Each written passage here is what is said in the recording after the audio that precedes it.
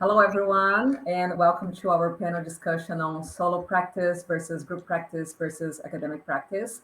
I'm Nara Barbosa. I'm a dermatologist and Mohs surgeon at Mayo Clinic in Florida. I'll be the moderator for the session today. We have three amazing speakers who are sharing their expertise with you. Please feel free to ask any questions that you have. You can just type them in the chat. Before we get started, I would like to thank our sponsors, Northwestern University Department of Dermatology and Northwestern Medicine. Thank you so much for your support. I'll have each of the panelists introduce themselves and we'll go through a series of questions. And hopefully we'll have some time at the end for you to also ask questions. So I'll get started with Dr. Shawn Allen. Hey, thank you. So I'm getting in touch with you all from Miami. I am here speaking about something I call Purpose in Practice. And so this is a great meeting to be a part of, to speak with you all as well about kind of the purpose in practice. So I'm speaking again at the ASDS in November and the Mohs College. If you guys are there, this is a great topic. And this is part of what it is groups like us who've had experiences to share with you all, what's the pros and cons of different structures of practices. And so I started in my own practice. I actually started out at Kaiser. So I did my training at WashU and did a Mohs fellowship. Went to Kaiser, did 2.5 years there, started their Mohs program and cosmetic program. Then went into private practice in 2007 by myself for 5.5 years, and then had one doc come and join me who was a dermatologist. And now in 2015, I acquired somebody else's practice. And now I have 5 office locations. I have 12 providers, 1 PA, and 11 other docs. One's board certified dermatopathologist. So we have a lab in my office and in our group. And we have over 61 employees. So went from Kaiser solo practice to now a large sort of group practice, I guess. So a little bit of experience in all of it that I'd be happy to share or answer questions for any of you all. And thank you for inviting me. Wonderful. Dr. Chapas? Hi, I'm Dr. Chapas. I'm the medical director of UnionDerm here in New York City. And I've only worked in group dermatology practices. I'm an accidental New Yorker. I grew up in Pittsburgh, Pennsylvania, and came here for a 1-year Mohs fellowship. And that practice asked me to stay on. And so I was there for about 6 years. And then in 2011, I opened my own practice where I was solo for a year. So I can speak a little bit to that. But I always intended to make a group practice. And we've now built to 3 locations with 9 other board certified dermatologists. I also have no extenders, so I can't speak to what it's like to work with extenders, but I can tell you why we don't have extenders in my practice. In addition, I find my practice is a mix of private practice and academics, as we like to call privatedemics. We're all part of academic institutions here in New York City. I also am a fellowship director for the ASDS Cosmetic Fellowship. So we've had about 8 fellows. We all teach at the universities here in New York City, and we have rotators come through. I also have an active research department where we do clinical trials and publish multiple publications every year. Wonderful. Dr. Madigan? Good morning. I'm Lauren Madigan. I am a dermatologist. Actually, I'm a hospitalist, so I do inpatient consultative dermatology. I also do acute care medical dermatology. I'm at the University of Utah in Salt Lake City, where I've been since I finished my post-residency fellowship in inpatient medicine and complex medical dermatology. So I'll be representing sort of academic medicine and even more particularly a very specific niche in academic medicine, but can speak to kind of the larger pros and cons of being in a group like the one that we have in Salt Lake City, which is actually a very wonderful academic group to be a part of. So thank you for inviting me, and I'm pleasure to be here along with the rest of the speakers as well. Well, thank you all of you. We'll go ahead and get started with the questions. So the first one is, what are the key factors that you considered when you were choosing between, being a solo practice, academic versus group practice, and what advice would you give to someone who's trying to figure out where they should go? And maybe I will start with Dr. Madigan, now we'll go the other way around. Yeah, I think a lot of that discussion starts with where does your passion lie, right? So for me, I love the uncertainty and complexity of the hospital setting. I was very drawn to the inpatient side, and being a dermatology hospitalist and academic sort of setup is typically what people pursue.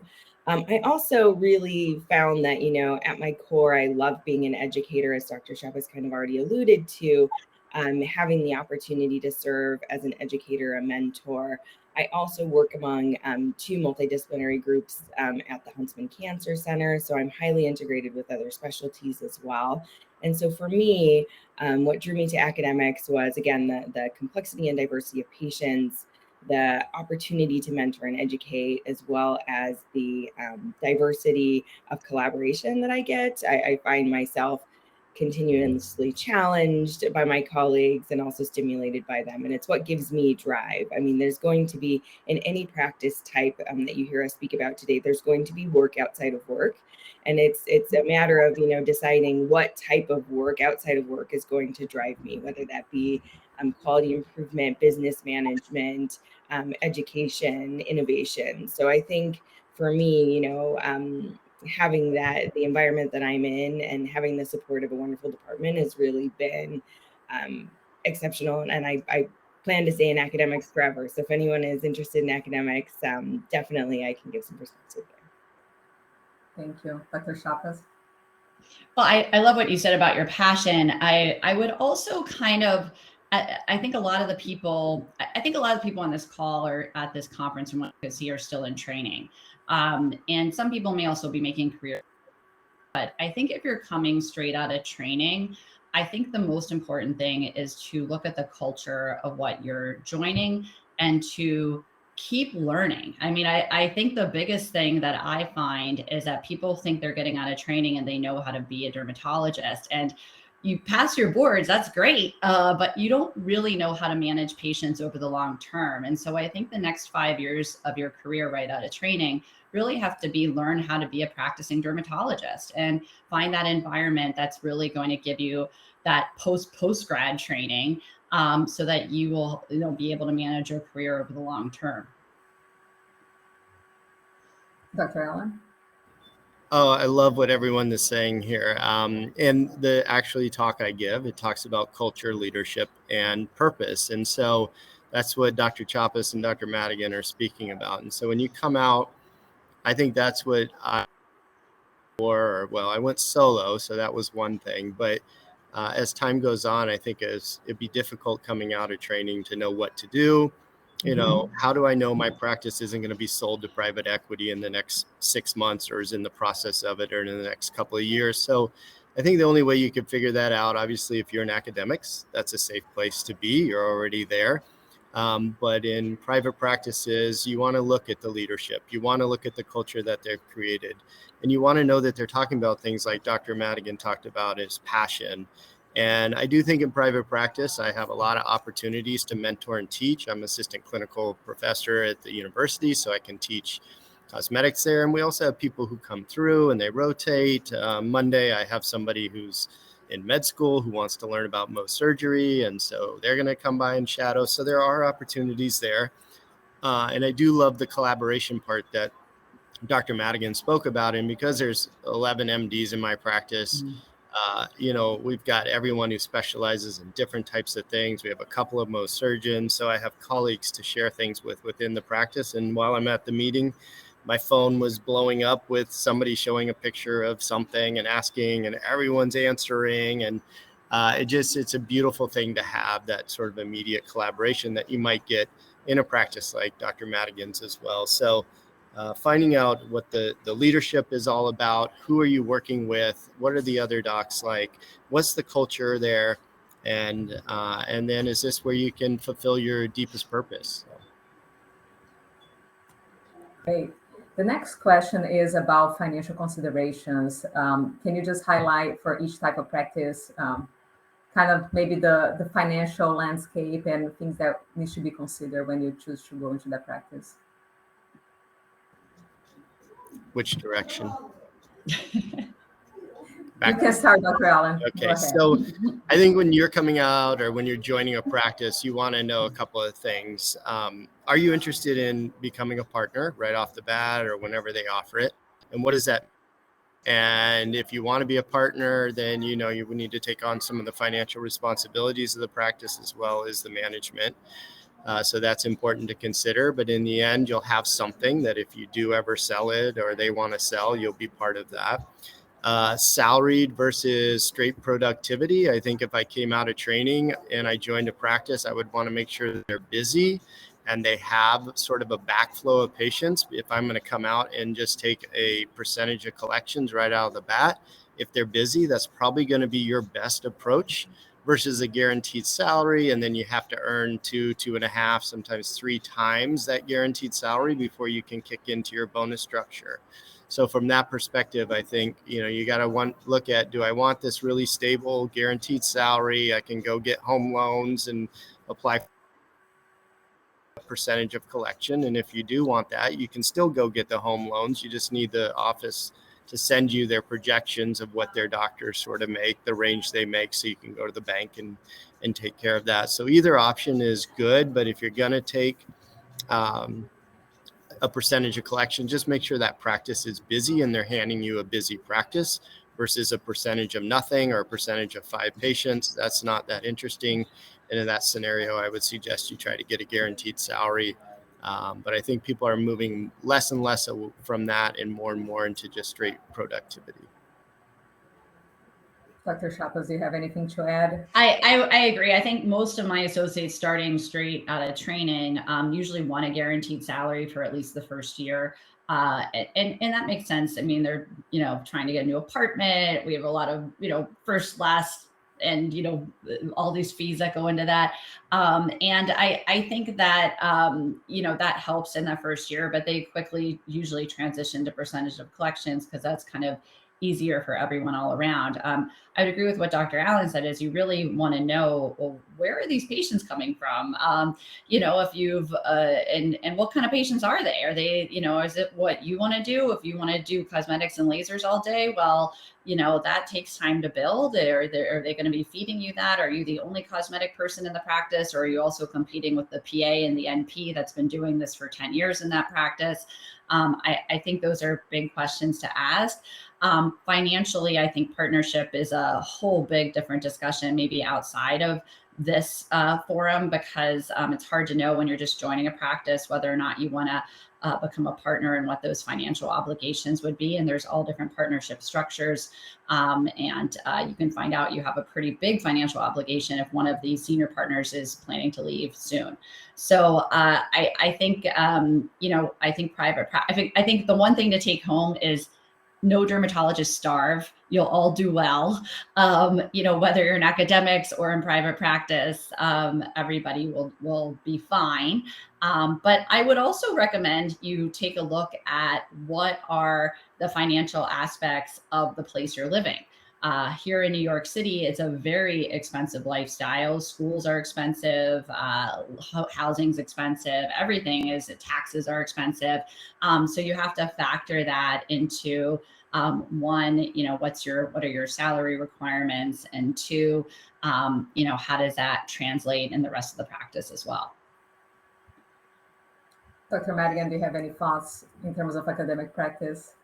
Yeah, no, I think the big thing with academic practice is that not all academic practices are alike either. So speakers have spoken to the diversity of models that you can find in private practice, but a lot of academic practices also have a variety of payment models. So where you train might not necessarily reflect other institutions.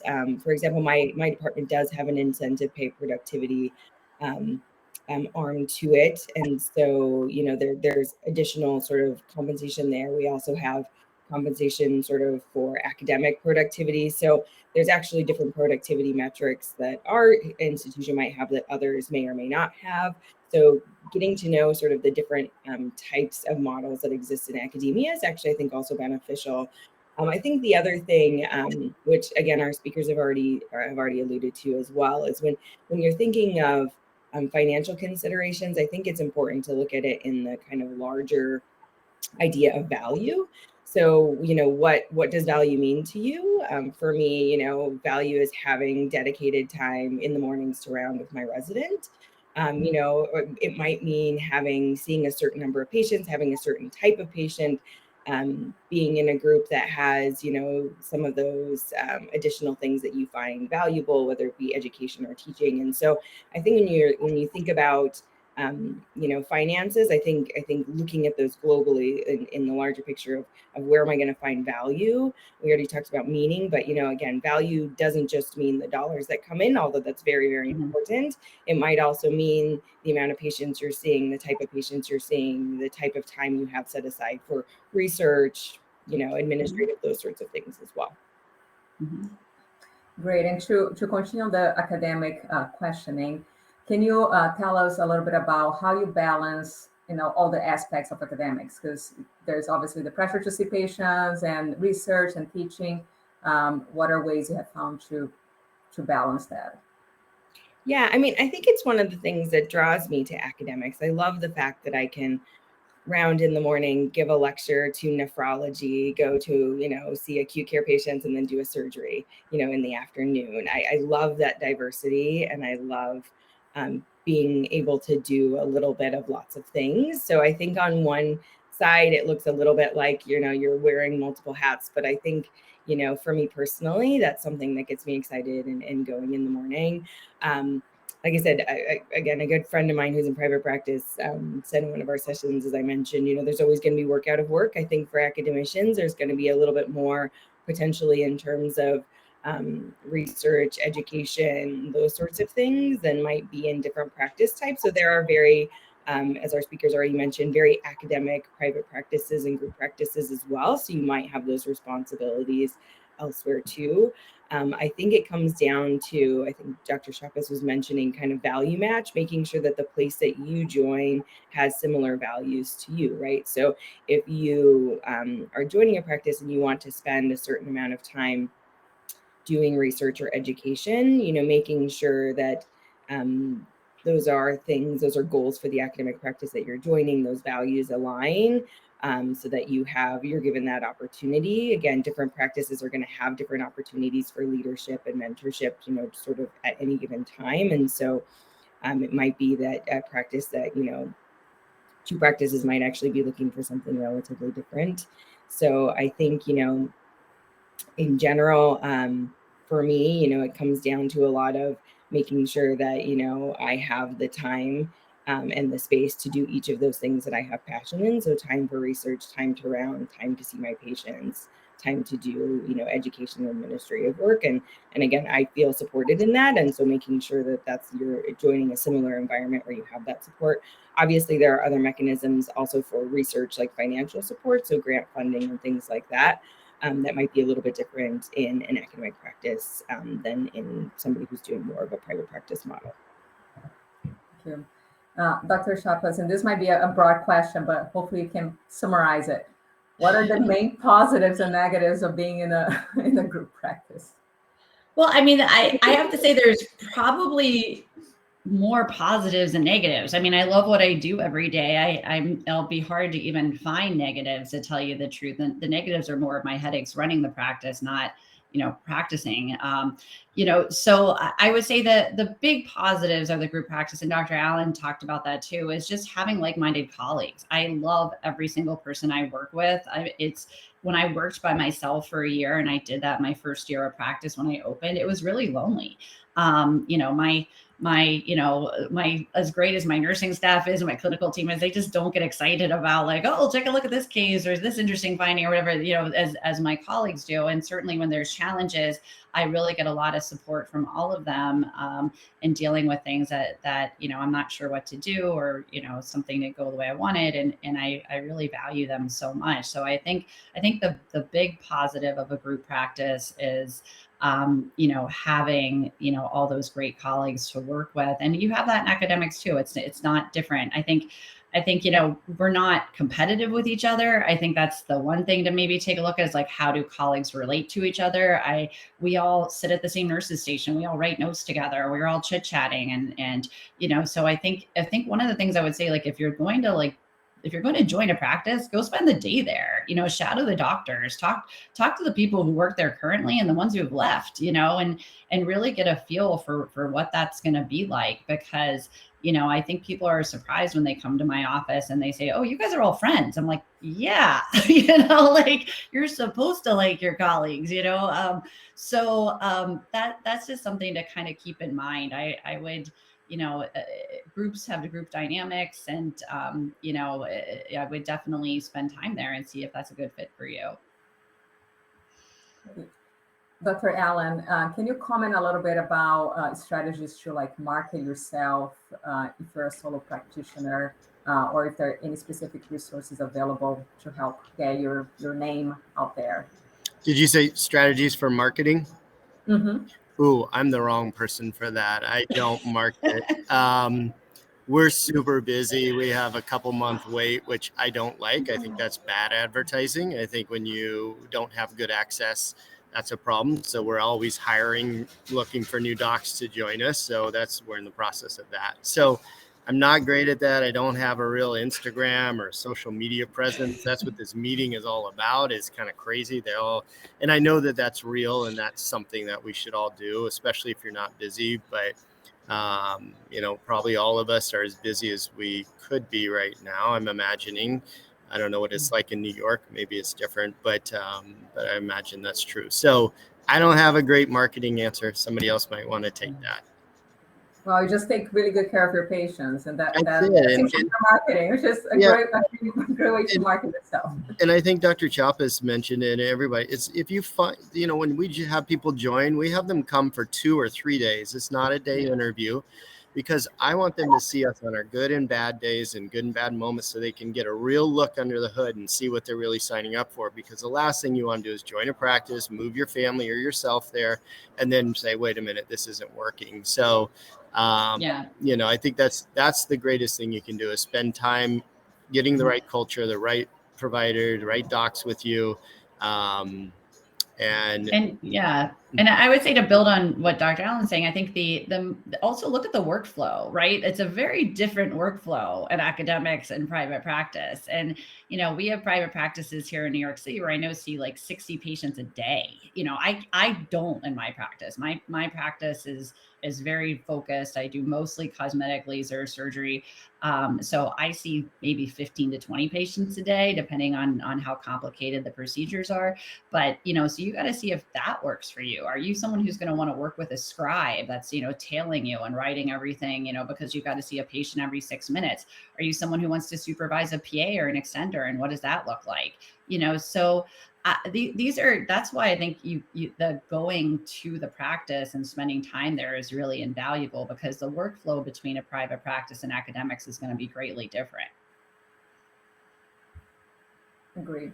The next question, and all of you, you know, jump in, whoever wants, but it's really about what are the emerging trends or changes in healthcare that you feel that, you know, a new graduate or someone who's looking for a job, or they want to change the practice setting, that they should consider that, you know, might affect any of these academic group or solo practices. I'll jump in. I think the biggest thing is all the financial pressures. I mean, COVID's been very difficult for running a practice, and I'm sure Dr. Allen will agree. We had, you know, massive staffing issues. Just, you know, it was like nothing we could have ever anticipated. And I think a lot of practices got into a lot of financial trouble there. So I think it's very, very difficult to open a solo practice. I think the requirements for EMR and all the, you know, if you take insurance, all the different things you have to do for all the different insurance programs, it's very, very, very challenging to be a solo practitioner. So I think that's why we're seeing a lot of those people going away. I think financial challenges are everywhere. It's not just in private practice. I have a lot of friends in academics who are really pushed to get more and more RVUs. I think that hospitals is in a different situation, but if you're seeing clinic patients, there's a lot of pressure on RVUs, and making sure that you're bringing in the financial obligation, as even the hospitals, have a lot of financial constraints right now too. So I think that that's not going away anytime soon. So I think you're going to see less and less, solo practitioners out there. I think you're going to see more and more extenders as they can be paid a different salary point, and more hospitals as well as private practices are bringing in extenders. And that's a consideration of how we as board certified dermatologists function in that setting as well. I would add to that one of the biggest challenges that I think coming out is the private equity issue, because almost all the practices around me, including people I never thought would sell to private equity, have sold. Yeah. And so, that's, I know this is a recorded speaking meeting, and I speak on the podium about this. I think private equity owning dermatology practices is the wrong direction for medicine in any shape or form.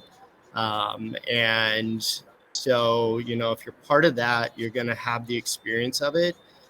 And Dr. George Harusa came and spoke to us at the Colorado Derm Society when he was the president of the AAD, and he had sold his practice. And he was really honest about it. And at the end game is that it gets sold on the stock market. So these derm practices will get bought up, and most of them will end up being traded on the stock market. And for your derm practice to be run by shareholders, telling you whether or not you are spending too much money or seeing enough patients, that's a scary end game. And so I think that's one thing I would just really, if I was coming out of training, I would try to really get a good feel about it. And you have to use your own intuition, because if they are in agreement or in talks with private equity, they have a gag order oftentimes, and then they can't really tell you. And then you join them, and then oh, by the way, we're now sold. And so just be aware of that. And there's some pros, I'm sure, for people that are in that world, but that's something to really look into as a challenge for somebody coming out of training, that when we came out of training, at least when I came out of training, that wasn't even a consideration. Right. Yeah, it is interesting because one of the questions that just came in was about private equity. And, when you're interviewing, how can you try to get a sense or ask, if they're planning to sell, and I know you kind of touched on that, but do you think, is there anything that you can particularly look at and know that maybe that's the direction they might be going? Well, I used to say that you might be able to practices are attractive to these private equity firms, but I don't even know that you can do that anymore, whether they're large and they have cosmetics or small and they're independent.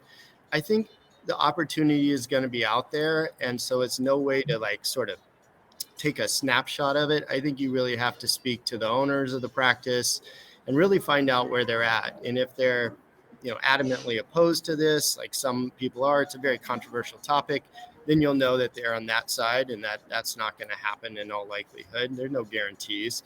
And then maybe even in your agreement, when you sign a contract, you say, hey, if you sell to private equity, either A, I get out of this contract, so I'm not obligated to honor it, or B, I get a percentage of that sale, if that's where you're headed, But I think ultimately you'd want to be able to exit if that's the case. And it takes away the value, I think, for the people trying to sell the practice. But if you want to protect yourself, write it into your contract that if you're telling me to my face that you'll never sell to private equity, that I'll have an opportunity to take over your practice or whatever at some point, then I just need it in writing that if you did sell, this contract is null and void. You need to give me enough notice. I need to have time to do what I need to do and work with a lawyer on that to get the language right. And then you'll really know if they're telling the truth or not.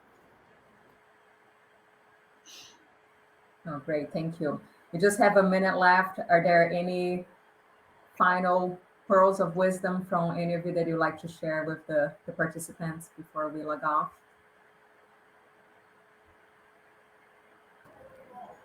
I mean, I think I would just echo, the importance of culture and colleagues. I mean, I lean on, our Mohs surgeons, our CTCL person, I lean on my colleagues every single day. I enjoy sitting next to them in grand rounds and chatting about our kids and all of those. And as was already mentioned, is an entity that's, hard to characterize. And so spending time and understanding culture, I think, is extremely important. I think Dr. Chapas and Dr. Madigan talked about values, and I think you make sure those are aligned, your values and the practice's values and their sort of purpose and vision. And then you can have a great cultural fit and you'll be super happy. And then maybe make sure it's in a city that you want to live in. Don't just take the highest paying job somewhere, because in the end, when you get done with your day, you want to enjoy where you're at and be able to get out and enjoy life. It's more than about work. And so maybe that's a good idea as well. And my last one is just the same thing. It should be fun every day. If you're in the right place, you'll love your work every day. It won't feel like work. But really do the due diligence now, because it's hard to change. And, people that rarely stay in their first job right out of training. But, try to make the best decision you can as you're looking. Well, this has been amazing. Thank you so much, Dr. Chapas, Madigan, and Alan, for participating and sharing all your expertise and experience. Again, I wanted to thank our sponsors, Northwest University, Department of Dermatology, and Northwest Medicine. And I hope everyone's enjoying the content of the virtual career fair today. Thank you, guys. Bye.